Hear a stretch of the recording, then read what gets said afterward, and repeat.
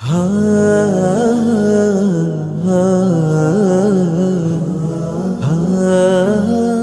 les traces des vertueux.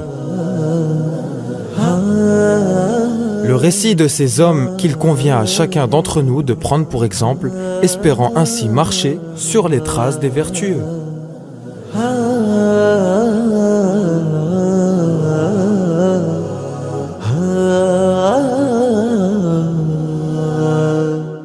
Bienvenue à tous. Vous êtes toujours dans votre émission Radio Sunnite, la voix de la PBIF. Je suis en compagnie de Dr Mamdouh. Assalamu alaikum, Dr Mamdouh. Wa alaykoum assalam. Merci d'être là ce soir encore pour évoquer l'histoire de ces grands hommes qui ont contribué à l'essor de l'islam.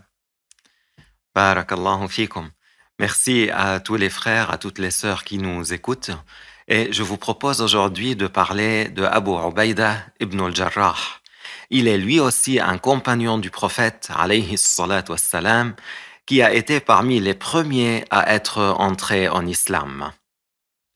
Très bien, alors tout comme la plupart de ceux dont nous avons parlé jusqu'à présent, commençons par citer son ascendance, si vous le voulez bien. Alors, il se nomme Abu Ubaïda Amir, fils de Abdullah, fils de Al-Jarrah, Al-Fihri, de la tribu de Quraysh. Il appartenait à la même tribu que le prophète sallallahu alayhi wa sallam. Il était parmi les premiers à être entré en islam, comme j'ai dit précédemment, oui. Et ce, avant que le prophète sallallahu alayhi wa sallam n'entre dans la maison de Al-Arqam. Il a été présent lors de tous les grands événements auprès du prophète alayhi salatu wa sallam, et il a rapporté de nombreux hadiths du prophète alayhi salatu wassalam. Que pouvez-vous nous dire sur sa personnalité? Quel genre d'homme était-il? Il était paré de vertu, de piété et d'honnêteté. Anas, que Allah l'agrée, a ainsi rapporté du prophète sallallahu alayhi wa sallam qu'il a dit: Inna li kulli ummatin amina wa aminu hadhihi al-ummah Abu Ubaïda ibn al-Jarrah, ce qui signifie chaque communauté a un amin, un homme de confiance, et le amin de cette communauté, c'est Abu Ubaïda ibn al-Jarrah. Masha'Allah, c'est un véritable honneur pour ce compagnon d'avoir été décrit ainsi par le prophète sallallahu alayhi wa sallam. Il y a aussi une belle parole qui a été rapportée de notre maître Omar ibn al-Khattab au sujet de Abu Ubaïda. Est-ce que vous pouvez nous la rappeler? Oui, barakallahu fikum. C'est vrai, c'est une parole qui montre son degré. Abu Nu'aym rapporte pour faire son éloge. Il dit que notre maître Omar ibn al-Khattab, que Allah l'agrée, a dit à ses compagnons: souhaitez quelque chose. C'est alors qu'un homme a dit: je souhaite que cette maison soit pleine d'or, que je puisse dépenser dans la voie que Allah agrée.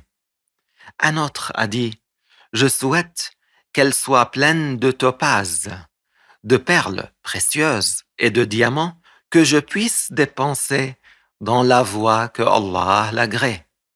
Et notre maître Omar radiyallahu anhu, qui avait posé la question, a dit lui-même: je souhaiterais que cette maison soit pleine d'hommes comme Abu Ubaïda ibn al-Jarrah. Allah, donc on voit que c'était un homme aimé pour ses grandes qualités, à la fois par Omar et par le prophète, masha'Allah. Oui, masha'Allah. D'ailleurs, c'était quelqu'un qui avait beaucoup participé pour la diffusion de la science de la religion, pour la diffusion de l'islam. Très bien, alors l'entretien touche à sa fin. Il est temps maintenant d'évoquer, Dr Mamdouh, les circonstances du décès de Abu Ubaïda. Il est décédé, que Allah l'agrée, en l'an 18 de l'Hégire. Il avait à ce moment-là 58 ans et il a été enterré dans un village qui s'appelle Baïsan, en Jordanie. D'ailleurs, l'emplacement de son maqam est aujourd'hui bien connu. D'accord. Que Dieu lui fasse miséricorde et que Dieu nous accorde de marcher sur les traces de ses vertueux. Barakallahu fikum, Dr Mamdouh, pour ce récit qui nous a permis d'en savoir plus sur l'un des plus grands saints de l'islam. Je vous dis à bientôt sur Radio Sunnite. Quant à vous, chers auditeurs et auditrices, je vous invite à réécouter cette interview sur la chaîne YouTube de l'APBIF. N'hésitez pas à liker, à la partager autour de vous. Wassalamu alaikum wa rahmatullah.